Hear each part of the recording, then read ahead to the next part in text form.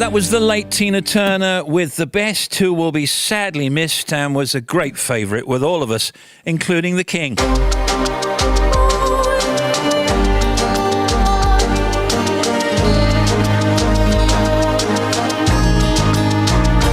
Okay, next out, we remember George Michael and Wham. We talk to Andrew Ridgeley.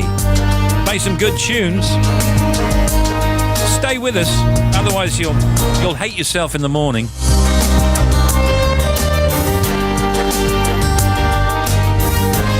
Standby News is next.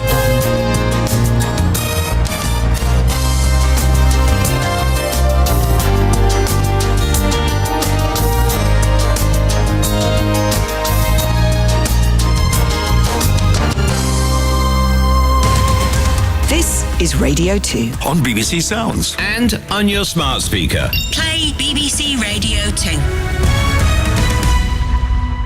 BBC News at 6 o'clock. This is Mike Powell.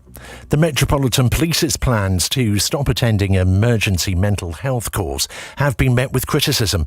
Officers will still respond if there is an immediate threat to life, but the force says it needs to focus on fighting crime. The mental health charity Mind said it was concerned about the idea. Humberside Police introduced a similar policy a few years ago. Its Chief Constable, Lee Freeman, says it's improved the service it provides. When you're finding over 1,000 police officer hours a month just by those mental health calls reducing, you can actually get involved in prevention teams, which we formed as a result of that, which are now working with local education providers around young people going missing, for example.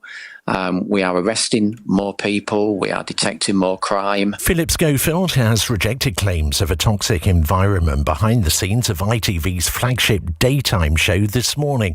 The programme's former presenter left ITV last week after revealing he had lied to cover up an affair with a young male colleague. Yesterday, the doctor and broadcaster Ranj Singh said there was a toxic culture in the team. Diane Nelms was the editor of This Morning when it launched 36 years ago. She believes the show has run its course. I have felt in the last few years watching it that the show has just felt tired. And I've often said to friends in the business, it's time they let this programme go with dignity. And where are the new ideas? I mean, I suppose I should be proud that this programme's still going after 35 years, but ITV should be getting the creative brains together to come up with the next generation. Two men have appeared in court charged with aggravated trespass after Sunday's Premiership rugby final at Twickenham was disrupted. Samuel Johnson, who's 40, and 37-year-old Patrick Hart are accused of running onto the pitch and throwing orange powder. The campaign group Just Stop Oil has taken responsibility for the protest. Campaigners, including some big names in the world of comedy, have been on the shores of Windermere to protest about the amount of sewage which is spilling into the lake. Steve Coogan, Joe Lycett, Paul Whitehouse and Lee Mack were among those at the demonstration in the Lake District. The water company United Utilities says it's spending millions of pounds to tackle the problem. Football. Chelsea have appointed Mauricio Pochettino as their new manager. He's previously managed their London rivals Tottenham, as well as the French club PSG. Our sport reporter Ben Croucher has more. Pochettino is one of the most highly rated managers in the world. Built his reputation on building young squads over time. Their co-sporting directors have described him as having excellent leadership qualities and character that will serve them well moving forward. They've described him as a winning coach. The weather, a dry, largely clear and starry night across the UK, cloudy in the far north of Scotland. BBC News, it's 3 minutes past 6.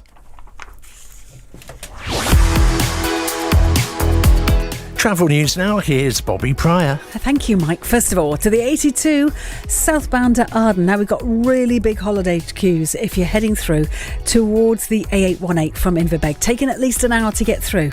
M6, we've got southbound queues if you're heading down from junction 33, Gullgate. Just after that junction, starts to slow up and it's heavy all the way down to the M55 at 32, which means the M55 eastbound is also queuing out to the M6 for a couple of miles as well. The M25, not good news. Anti-clockwise, it remains closed closed between 6 and 5. So it's shut from Godstone through to the M26 anti-clockwise only. It reopened about 45 minutes ago clockwise, but you still got big queues. There is an official diversion, A22, A25 through Limpsfield and Oxted and Westerham. So those routes are really, really busy before rejoining the M25 at the Dartford crossing. Of course, people are taking other routes as well.